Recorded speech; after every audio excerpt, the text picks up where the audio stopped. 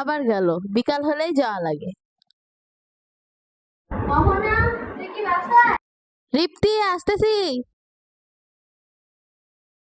দেখ না রিপ্তি, প্রতিদিন এই টাইমে কারেন্ট চলে যায়। হ্যাঁ, ঠিক বলেছিস। যাক, ভালোই হলো, আমরা একটু গল্প করার সুযোগ পেলাম। জানিস, আজকে আমি একটা ভূতের গল্প শুনেছি। তাই? ভূতের গল্প? হ্যাঁ, শুনবি? আচ্ছা শোন, আমি ভয় পাই না। এটা একটা সত্যিকারের ঘটনা। পরিত্যক্ত এক মানসিক হাসপাতালে এখনো নাকি একটা রোগীর ভূত ঘুরে বেড়ায়। মানুষের কাছ দিয়ে জানা গেছে, যে নাকি সেখানে গিয়েছে তারা নাকি কখনো আর ফিরে আসেনি। আসলে কি সেখানে যে যায় সে আর কখনো ফিরে আসে না?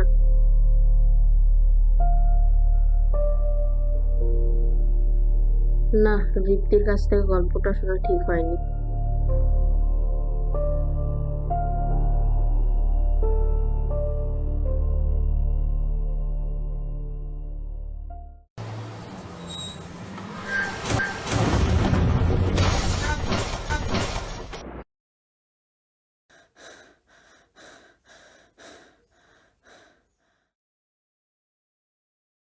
আপু, আমি এখনো ওই রাতের কথা ভুলতে পারতেছি না।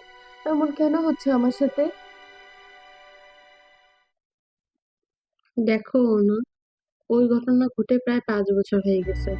আর কতদিন এভাবে থাকবা? তোমাকে এখন জীবনে আগাতে হবে। আমার হচ্ছে তোমাকে কিছু বলতে দিচ্ছে না। আচ্ছা, এগুলো এখন বাদ দাও, তোমার জন্য খাবার আনছি, খাবারটা শেষ করো।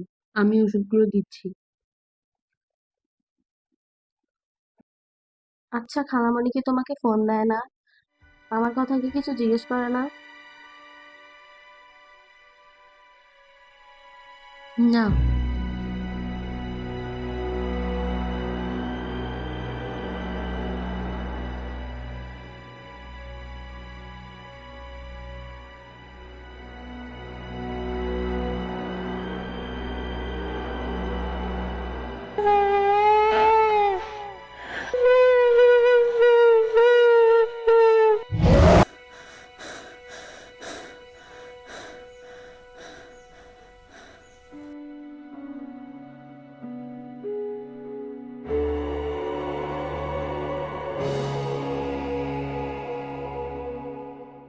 আরে, আপু কোথায়? 2 নম্বর রুমটা খোলা কেন?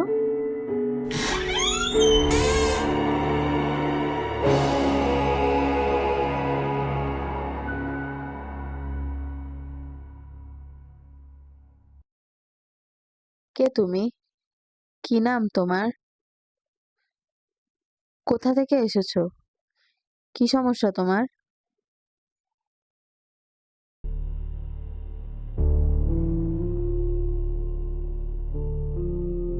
মোহনা, কি করতেছো তুমি এই রুমে? তোমাকে না বলছিলাম এই রুমে আসা যাবে না? আপু, আমি তো তোমাকে খুঁজতে খুঁজতে এই রুমে এসেছি। যাও এই রুম থেকে। এই রুমে আর আসবে না। তুমি যদি আমার কথা না শোনো, আমি কিন্তু তোমাকে বাঁচাতে পারবো না। কে এই ছেলেটা? আজকে এতটুকু রক্ত পাইছি, এটা দিয়ে কাজ চালাও, বাকিটা কালকে দেখা যাবে। আপুর সাথে তো কি কথা বলে?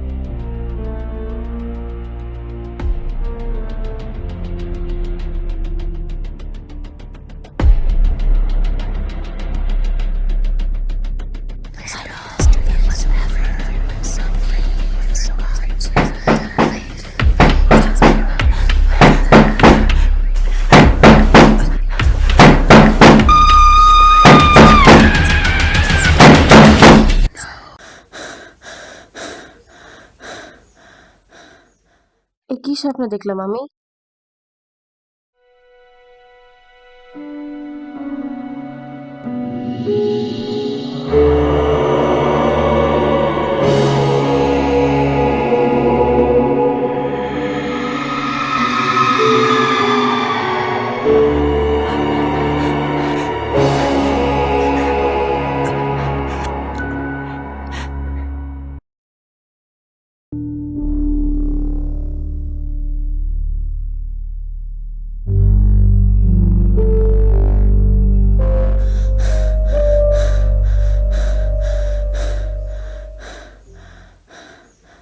এগুলো কি হচ্ছে আমার সাথে? আমি কি এখনো স্বপ্ন দেখতেছি?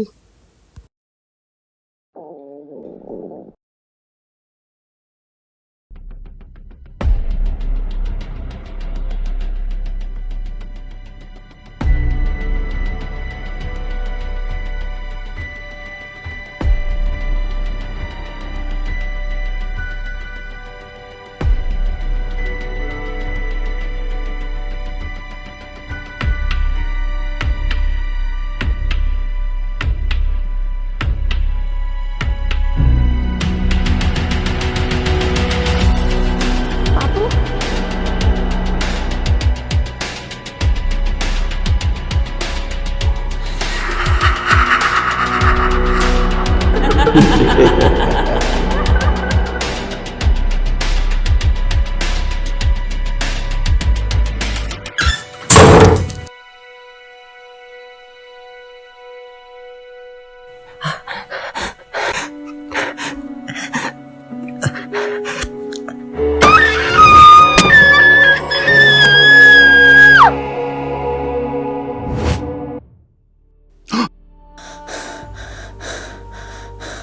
এটা কি স্বপ্ন ছিল?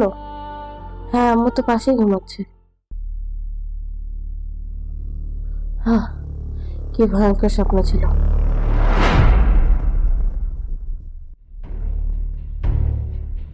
আসলে কি স্বপ্ন শেষ?